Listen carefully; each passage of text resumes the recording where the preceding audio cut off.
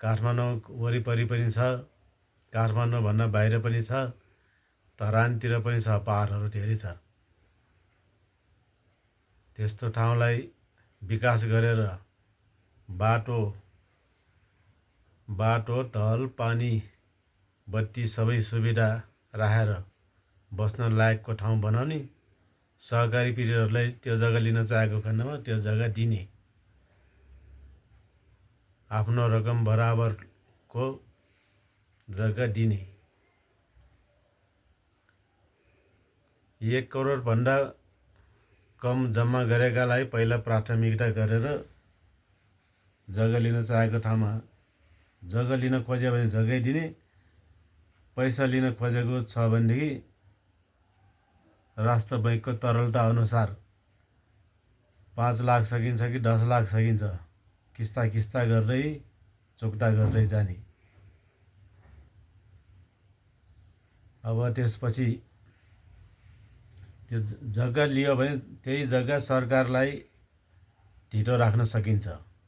ब्याज दर जम्मा 10% भन्दा बढी नलिने, महिनै पछि ब्याज पनि नलिने, 1 वर्ष भएपछि 10% तिरेर पुग्ने, 1 वर्षसम्म तिरेन भने मात्रै ब्याजको ब्याज लाग्ने, त्यस्तो कानुन बनाउने। ऋणीहरूले तिर्न सजिलो होस् भनेर ऋणीहरूको लागि पनि 1 वर्षको ब्याज छुट गर्न सकिन्छ कि 1.5 वर्षको ब्याज छुट गर्न सकिन्छ कि 2 वर्षकै ब्याज छुट गर्न सकिन्छ कि सके जति ब्याज छुट गर्ने। त्यस्तै गरी बचत गर्ने बचतकर्ताहरूलाई पनि कति वर्षको ब्याज माया मार्न सकिन्छ त्यति माया मार्न लगाउने। अनि ऋणीहरूलाई पनि ब्यालेन्स मिल्छ, बचतकर्ताहरूलाई पनि ब्यालेन्स मिल्छ। पाहाडहरू अलिसम्म बनाएर बस्ती बसाल्यो भने त्यो ठाउँको पनि विकास हुन्छ। ऋणीहरूको ऋण पनि तिर्न,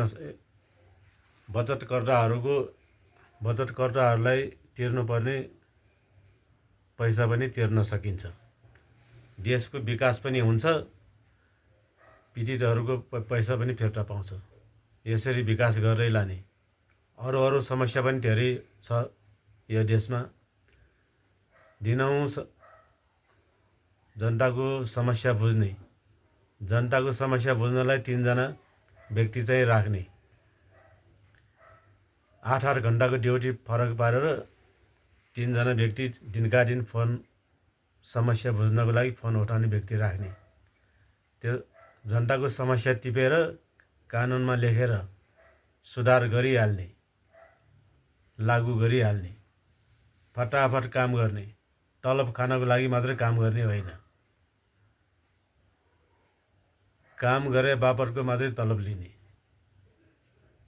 सत्यता, इमान्दारिता, पारदर्शिता मेरो धर्म हो, यस्तो कुरा सबैलाई सिकाउने, लागू गरिहाल्ने। लोभ रहित, स्वार्थ रहित काम गर्ने व्यक्ति कोही पनि छ भनेदेखि उनीहरूलाई भोट दिनुहोस्, मलाई नै भोट दिनुपर्छ भन्ने छैन। हिजो मैले निर्वाचन आयोगमा गएर पार्टीमा म गएर आएँ। उनीहरूले कुरा गरेको पनि ठिक छ।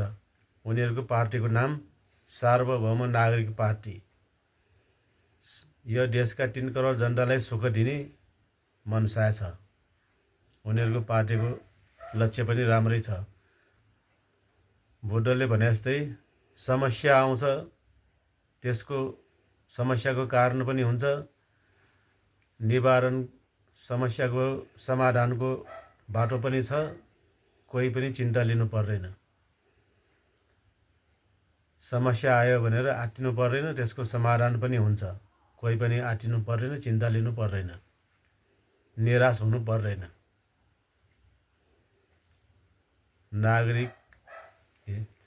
सार्वभौम नागरिक पार्टी यो नयाँ स्वतन्त्र पार्टीहरूको मिलेर खोलेको, स्वतन्त्र व्यक्तिहरू मिलेर खोलेको पार्टी रहेछ। उनीहरूको लक्ष्य उद्देश्य राम्रो छ। उनीहरूलाई भोट दियो भने देशमा विकास हुने, जनताले सुख पाउने, जनताले सुखको सास फेर्न पाउने, त्यस्तो लक्ष्य, त्यस्तो उनीहरूको चाहना मैले देखेको छु। अब के भन्न बाँकी छ? अब के अब सोध्न के बाँकी छ? सिधा आजलाई यति नै भन्छु। भोलि पर्सि अरू समस्या कसैको छ भनेदेखि त्यो समाधानको बाटो पनि म खोज्नेछु। यति भन्दै बिदा लिन्छु। नमस्कार। धन्यवाद।